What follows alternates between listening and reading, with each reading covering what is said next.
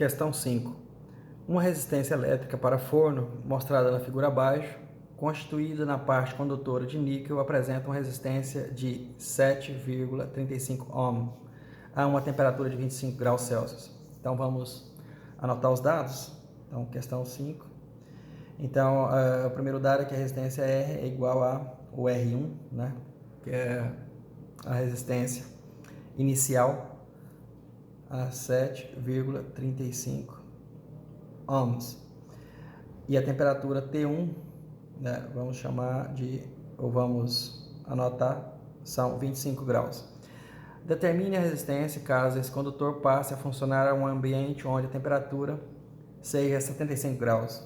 Então, essa segunda temperatura, então, será T2, que vale 75 graus Celsius. Pelas informações, e o material também é importante anotar, né? O material é o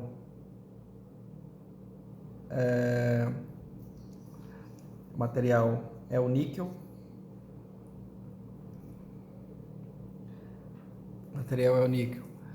Então, anotamos o material. Esses são os dados, né, mais importantes do problema. Então, podemos depreender pela formulação que provavelmente vamos ter que usar essa equação. Podemos usar essa equação aqui, né? Ou a outra equação usando o alfa, né? Mas vamos usar essa aqui, que é a temperatura absoluta. Então, essa equação aqui, que é a temperatura absoluta, né? Do material, que é a temperatura inferida, né? Absoluta. Não é a temperatura verdadeira absoluta, né? Porque só existe uma. Na física, né? Só existe uma temperatura absoluta de verdade. Então, essa equação temperatura absoluta mais T1 dividido por R1 é igual a T1, que é o módulo de T1, que é a temperatura absoluta T1, mais T2 dividido por R2.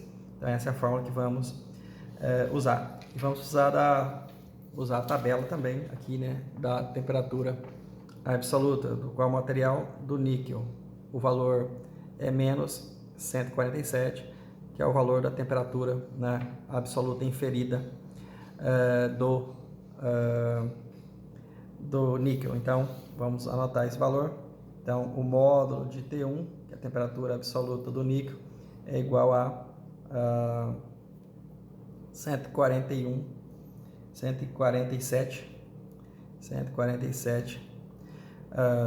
graus, né? Graus Celsius, podemos falar que é graus Celsius. É menos 147, mas vamos escrever o módulo, né? Para anotar isso aí, temperatura absoluta inferida. Então, vamos substituir aqui na equação. Então, vamos escrever a equação. Então, a equação é T1 mais o módulo T1, ou a temperatura absoluta T1, do material do níquel, né? Mais T1 dividido por R1 é igual ao módulo T1, que é a temperatura absoluta do material, né?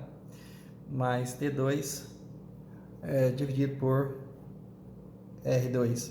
Substituindo os valores, como é o valor absoluto, então não vamos colocar o sinal, vamos deixar o valor, né, de 147. Então vai ficar 147 mais T1, temperatura inicial do níquel, desse material, dessa resistência de 25 graus, dividido por R1, que é 7,35. O módulo, de novo, aqui de T1 é igual a 147, mais T2, que são 75 graus. Queremos saber, né, a resistência R2, qual a resistência, né, do material para essa nova temperatura, né? Então, vamos calcular aqui embaixo R2. Agora, podemos fazer as simplificações.